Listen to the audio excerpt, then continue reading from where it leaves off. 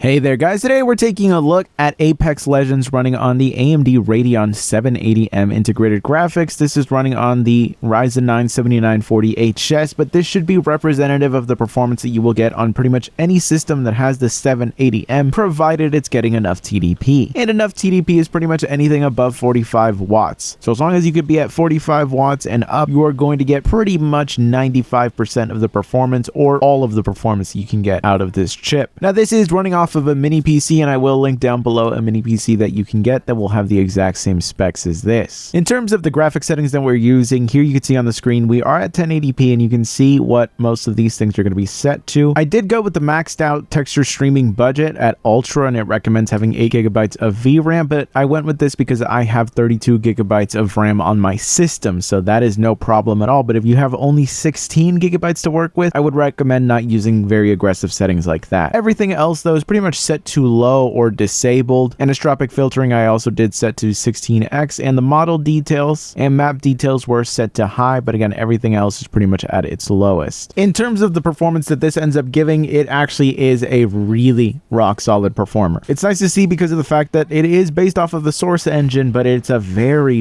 modified version of the source engine. But luckily it does still perform extremely well. And you're able to not just get an above 60 FPS average, you're getting essentially a huge benefit if you have a high refresh rate display, because if you have a 144 Hz display, you're going to be able to use a good chunk of that. Yes, it's not going to be all of it, but there's always diminishing returns, right? The biggest uplift that you're going to see is going really from 60 to 100 versus 100 to 144. But it's also very nice that the 1% lows are really rock solid, and just look at those frame times. They're incredibly smooth. This game is going to run extremely well on this specific chip. Outside of the fact that everything doesn't look spectacular, it still runs really well, and visually speaking I don't think that this looks terrible. Sure, it's not the best that it can look, but visually speaking I wouldn't say that this looks hideous or terrible or anything like that. It's more than serviceable, and I didn't really feel the need to change any of my settings or anything, and I was able to play a perfectly enjoyable game on here, and that's really all you can ask for. So again, if you're interested in picking up a system like this, check out the links down below. I'll catch you guys in the next one.